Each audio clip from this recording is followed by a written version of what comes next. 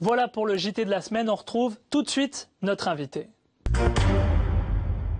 C'est l'histoire d'un jeune homme qui en avait assez de se lever le matin pour échanger son temps contre un salaire. C'est l'histoire d'un petit malin qui a quitté son travail pour vivre aujourd'hui de deux choses, ses investissements dans l'immobilier et son blog Business Attitude qui raconte ses investissements et dispense ses conseils. Cédric Anissette, bonjour. Bonjour. Bienvenue. Alors vous avez 30 ans et au départ vous êtes en fait ingénieur dans l'informatique et un jour dans un livre de développement personnel vous tombez sur cette expression quitter la rat race, la course de rats. Alors expliquez-nous ce que ça veut dire et puis ce que ça a évoqué en vous.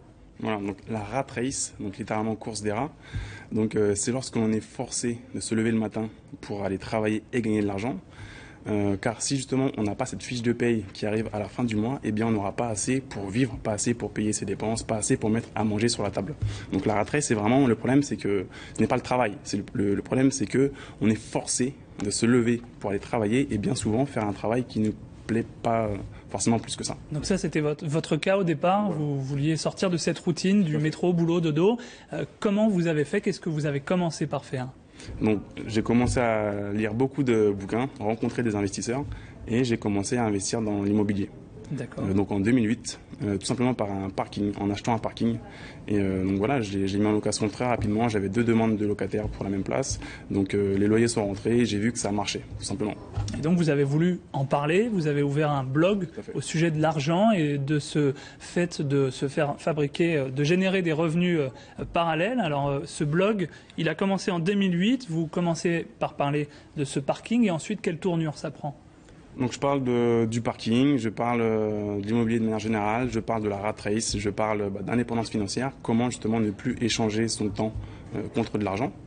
Et donc j'explique voilà, comment je fais pour générer des revenus alternatifs et passifs qui me permettent de gagner de l'argent, pas uniquement quand je suis au travail ou au bureau, mais également quand je dors, quand je suis avec des amis, quand je suis dans l'avion, quand je suis même aux toilettes, littéralement. Parce que le principe, c'est que vous comprenez rapidement qu'en fait vos compétences pour savoir où placer son argent, comment se générer des revenus actifs, passifs, ça devient finalement une valeur et vous utilisez votre blog comme une manière de monétiser cette compétence. Alors finalement, aujourd'hui, combien vous rapporte votre blog et concrètement dessus, qu'est-ce qui vous rapporte quelque chose? Qu'est-ce qui est payant par exemple sur le blog? D'accord. En fait, j'ai 2 blogs. Je n'ai pas que Business Attitude, j'ai également Forme Attitude qui est un blog sur la remise en forme. Et donc ces 2 blogs-là me rapportent en moyenne entre 10 000 et 20 000 euros hors taxes par mois. Donc, parce que j'ai créé une société pour éditer ces 2 blogs-là. J'étais auto-entrepreneur avant et moi j'ai dépassé le plafond donc j'ai créé une SARL. Et d'où viennent voilà, ces 4 000, donc en fait il y a 3 manières de gagner de l'argent entre 10 et 20 000 euros. Il y a 3 manières de gagner de l'argent avec un blog. Donc la première c'est la pub qu'on connaît tous, donc AdSense ou des petites bannières où on clique dessus. Ça c'est pas recommandé parce que ça rapporte 15-20 centimes par clic, donc ça rapporte rien du tout. La deuxième manière ça va être de faire de l'affiliation, donc ça va être de vendre les produits des autres. Donc par exemple vendre un livre sur Amazon, on met un lien, quelqu'un achète le bouquin, nous on touche une commission parce qu'on a vendu le produit d'un autre. Et la troisième manière, ça va être de créer ses propres produits. Et en l'occurrence, pour un blogueur, ça va être des produits d'information. Donc moi, j'ai créé des produits sur l'immobilier. J'organise des séminaires parce que j'ai investi dans l'immobilier. Je suis quelqu'un de lambda, je viens du Val d'Oise, je viens de banlieue, j'ai grandi là-bas et j'ai pu investir dans la pierre. Donc tout le monde peut le faire, littéralement. Donc j'explique comment faire, comment trouver une bonne affaire, comment négocier avec le vendeur, comment payer moins de frais de notaire. Comment le mettre en location, comment augmenter la rentabilité, comment le revendre avec une plus-value. Donc j'explique ça et ces formations-là sont payantes.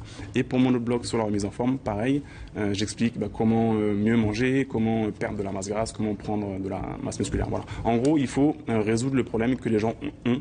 Et donc sur un blog, on leur donne du contenu gratuit, de très bonne qualité.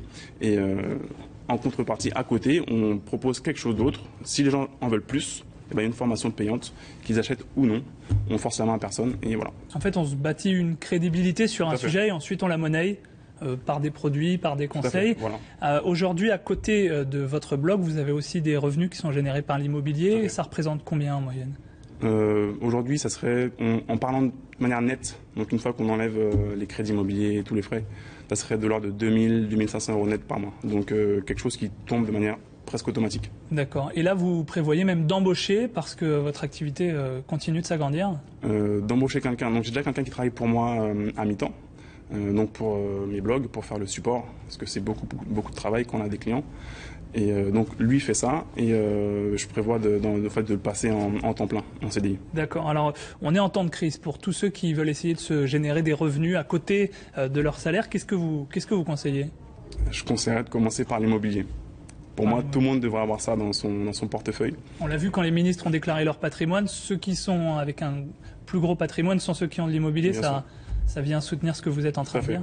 Et quand ça a été annoncé, d'ailleurs j'étais en Guadeloupe parce que mon père est guadeloupéen, donc je passe beaucoup de temps là-bas. Et il y a un des ministres qui est guadeloupéen, qui a beaucoup de terres en Guadeloupe, en Basse-Terre, beaucoup de canne à sucre, parce que voilà, l'immobilier c'est là, c'est quelque chose de concret qu'on peut toucher. Ça lutte contre l'inflation et c'est un vrai business. On peut gagner de l'argent tout de suite. Il y a des bonnes affaires à faire, peu importe l'état du marché actuel.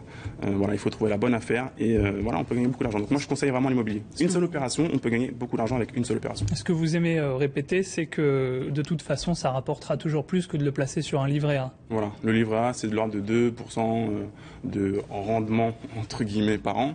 Et donc ça couvre à peine l'inflation. Donc littéralement c'est du vol. L'inflation c'est du vol.